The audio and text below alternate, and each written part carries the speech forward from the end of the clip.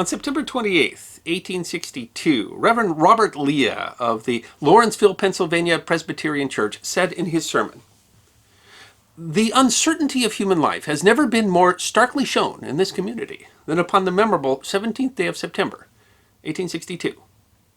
It's not hard to imagine a minister in Pennsylvania in September of 1862 talking about the uncertainty of human life, because at the time the United States was engaged in a terrible civil war, war whose losses were striking virtually every community in the nation, both north and south. In fact, the 17th day of September, 1862, was a particularly gruesome day in that war. On that day, a battle had been fought between the Army of Northern Virginia under Confederate General Robert E. Lee and the Army of the Potomac under Union General George B. McClellan near the town of Sharpsburg, Maryland, in a small tributary of the Potomac called Antietam Creek. It was the deadliest day in United States history. Some 22,717 Union and Confederate troops had died fighting over places like the Sunken Road and Miller's Cornfield. Both sides claimed victory in the battle. Neither was correct on that score. But despite the need to remember the victims of that battle, when Reverend Leah talked about the uncertainty of human life, he wasn't talking about the Battle of Antietam. Because on that same day, September 17th, 1862, 78 people from the Lawrenceburg area had died in the worst civilian disaster of the Civil War. Most of them women, some of them just children.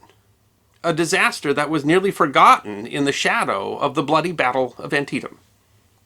The victims of the Allegheny Arsenal explosion deserve to be remembered.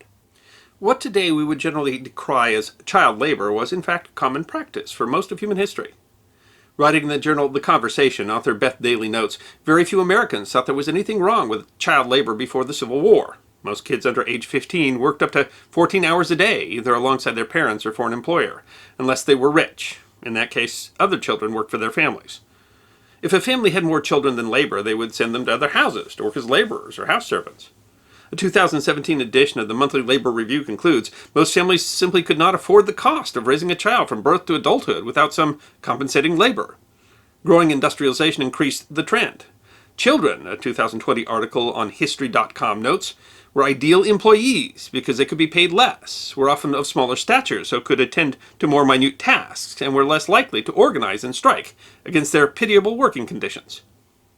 While the peak of child labor would come later in the 19th century as manufacturing developed rapidly, there was a new demand for child and female labor driven by the Civil War. While the Confederacy faced hyperinflation and a currency crisis, inflation in the North, driven by government spending and borrowing and the demands of the Army, was still a stunning 80%. Many families struggled as their primary breadwinner was at war, which similarly drained the labor pool. A 2017 edition of the American Cowboy Chronicle notes that child labor accounted for 45 to 55% of all the labor used in the North during the Civil War. And one of the industries that utilized child labor was the manufacturing of arms for the war. The Allegheny Arsenal was established in 1814, occupying 37 acres between 39th Street and 40th Street from the Allegheny River up to Penn Avenue. The arsenal was built by the Army Ordnance Department during the War of 1812 as a center for supply and manufacturing for troops in the West. It was built in the newly established town of Lawrenceville, close to Pittsburgh, because of the area's accessibility to river transportation and its proximity to what was then the nation's only iron-producing district. The National Archives explains, originally designed by Benjamin Latrobe, the Allegheny Arsenal was a fixture in the economic social life of 19th century Pittsburgh. Located in Lawrenceville, the arsenal spanned over 38 hilly acres. Built in 1814, the arsenal supplied and communicated with the West from a key location, and war meant that the importance of the arsenal grew exponentially. In 1860, there were about 300 employees at the arsenal. By 1862, there were more than 1,100. The arsenal made leather goods, stirrups, spurs, saddlebags. It also housed and tested artillery that was made at the nearby Fort Pitt Foundry. But one of its primary roles was to produce ammunition for rifles and pistols. At its height, the Allegheny Arsenal produced 128,000 cartridges per day. The amount of ammunition used in the Civil War was mind-boggling. The Ordnance Department reported that more than 4.5 million cartridges were issued for the Union Army at the Battle of Gettysburg. Sherman's army during the Atlantic campaign used an average of 200,000 cartridges a day. The cartridges being made at the arsenal were desperately needed. And they were being made largely by children. A 2010 edition of the Pittsburgh Post-Gazette noted that child labor was nothing new in the industrial city of Pittsburgh. The reality of 1860s Pittsburgh, already an industrial and manufacturing giant, was that children worked like adults. They worked regardless of gender, often in crowded and dangerous conditions. According to the National Archives, children as young as 10 worked at the Arsenal. Children were particularly used in the making of cartridges, where explosive black powder was placed in paper tubes with bullets. Children's nimble fingers were ideal for the tedious work of folding and tying the cartridges. Initially, much of the work had been done by boys, but in October of 1861, matches were discovered among the bundles of cartridges prepared to be packed. The commander of the Arsenal, Colonel John Symington, wrote the head of the Ordnance Department that attempts to find the culprit had been unsuccessful. The Pittsburgh Daily Gazette wrote that the discovery had started rumors in the city.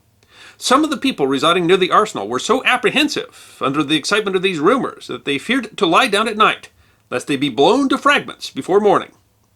When matches were found after another warning, Symington fired 200 boys. Boys, it seems, were simply too unreliable for the making of cartridges, and many of them smoked and were careless with matches. Women and girls were found to be more reliable, and they didn't smoke. Symington, a career officer who had commanded the Arsenal since 1857, wrote the chief of the Ordnance Department, "I have discharged all the boys at work in that portion of the laboratory, and will supply their places with females.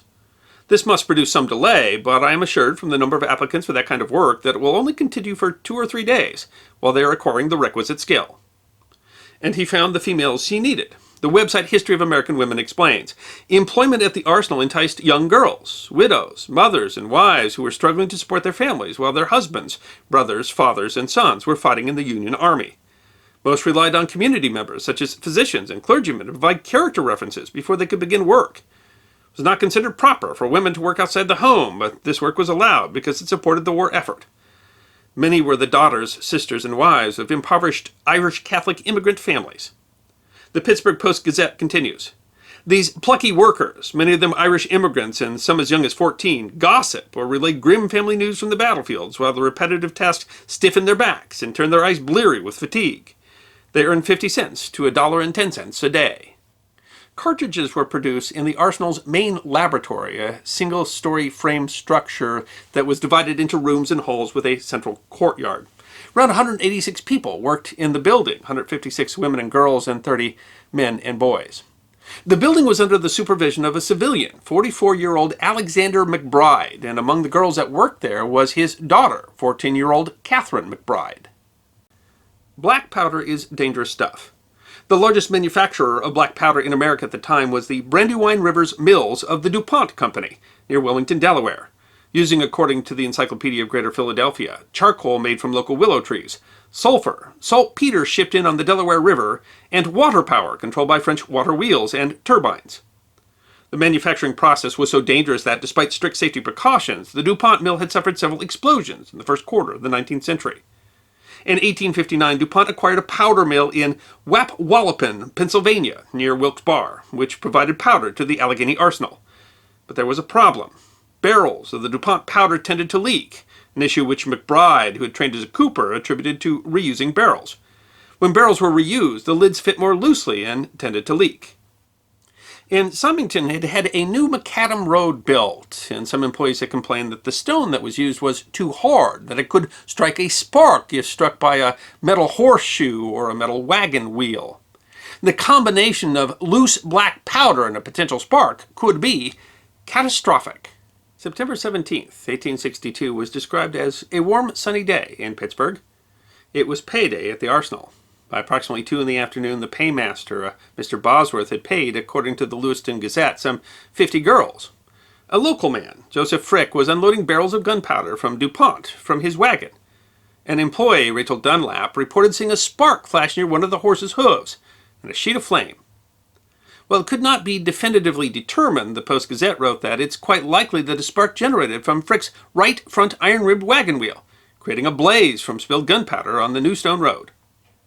The spark ignited 3 100-pound barrels of gunpowder that Frick had delivered earlier that are on one side of the courtyard in the middle of the laboratory building. The blast killed an attendant, Robert Smith. Frick was blown from his wagon by the blast, but not seriously injured.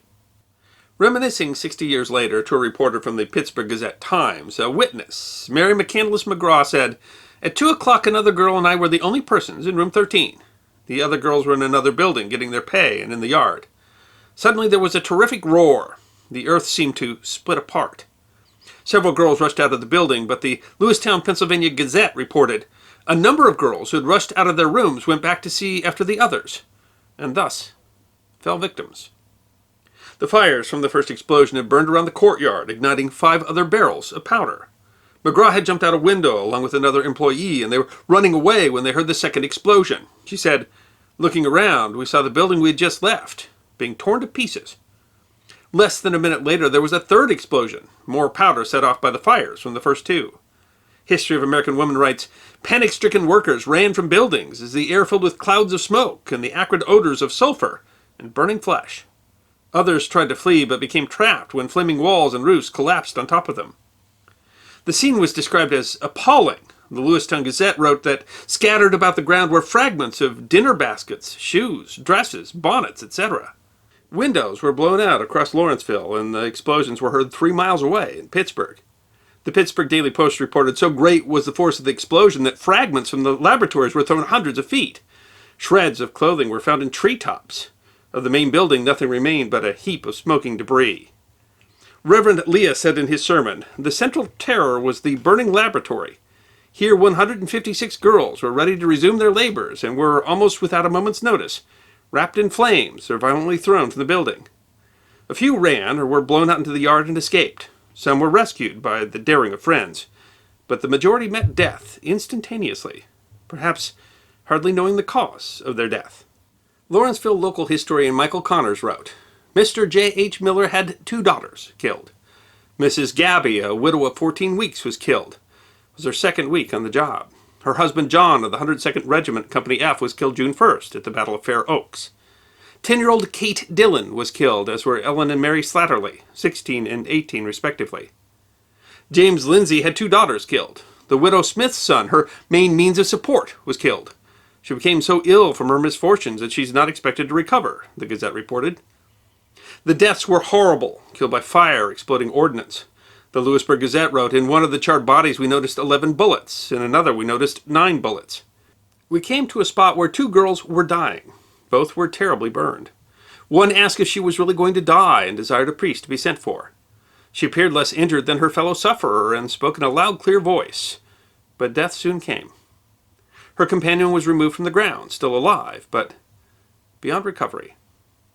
The Pittsburgh Evening Chronicle wrote of the agonizing screams of relatives and friends upon discovering the remains of some loved one whose humble earnings contributed to their comfort. There was not a particle of clothing left on the majority of the victims, and mangled and disjointed as they were, it was impossible to identify them. Alexander McBride escaped his office through a window. He immediately set about trying to save lives and find his daughter, but she was among the dead. Several more girls were injured in a nearby building where some 300 girls worked. The Lewisburg Gazette explains, although in no danger whatsoever, the girls rushed down the stairs to the front entrance, which was already blocked up with a crowd of men and women, in which were parents seeking after their daughters.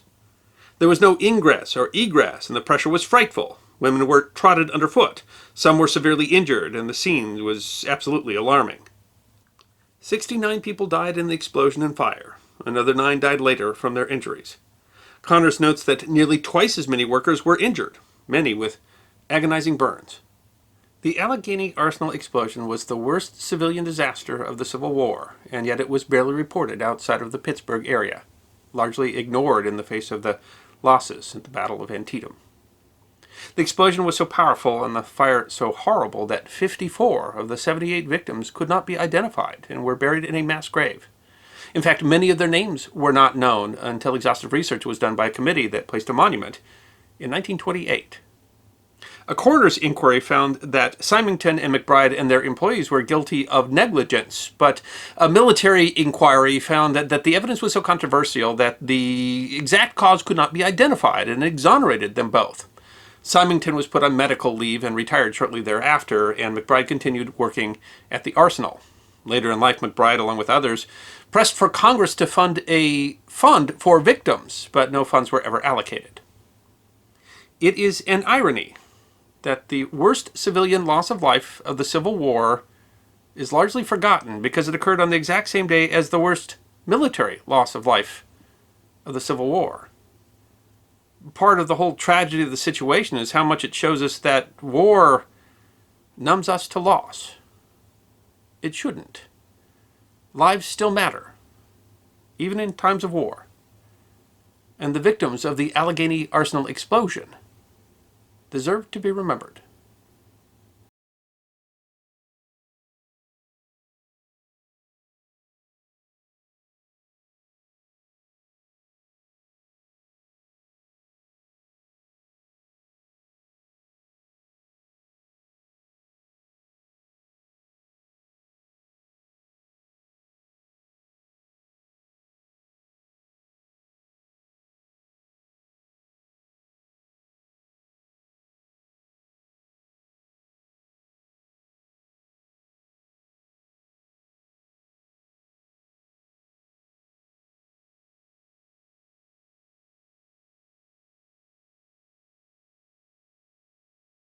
I hope you enjoyed this episode of the History Guide, short snippets of forgotten history. And if you did enjoy, feed the algorithm by making a comment or clicking that like button.